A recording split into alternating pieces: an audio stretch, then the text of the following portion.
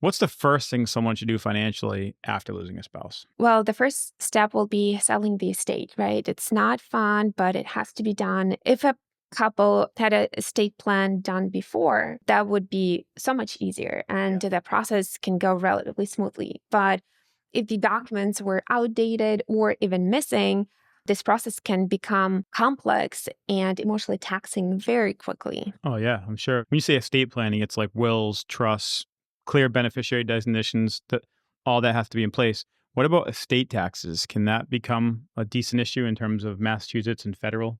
Absolutely. So right now, people deal with two sort of taxes: federal estate tax exemption and the state taxes. Yep. And in our case, it's Massachusetts. So federal estate tax exemption is at all-time high. It's going to be $15 million next year. That's per person. So $30 million for a married couple filing jointly. And it's portable.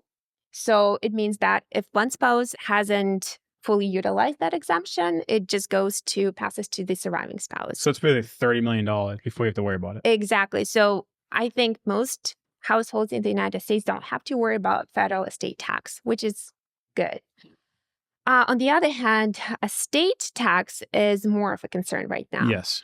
For example, in Massachusetts, the legislation passed in 2023 raised the exemption from $1 million to $2 million. It's about time. Right. It was like that for 20-something years. I know, but it's not even indexed for inflation. Exactly. So it's just going to stay $2 million for the next legislation. And it's also not portable. So if one spouse hasn't fully utilized it, it wasn't secured by, for example, like a trust document, trust planning, it's just going to be lost. So that's a good point. When she says it's not portable, it means, let's say there's a couple that married and they didn't do proper planning. Well, they're each allowed $2 million of exemption before their estate's taxed.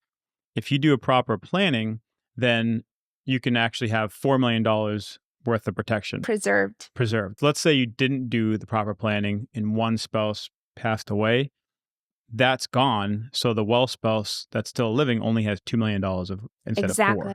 So you lose it. If you don't do the planning, you lose it. So that's why it's important. You don't wait to do this when you're a widow. You try to do it ahead of time. So that's critical around estate taxes. That can add up to some serious dollars.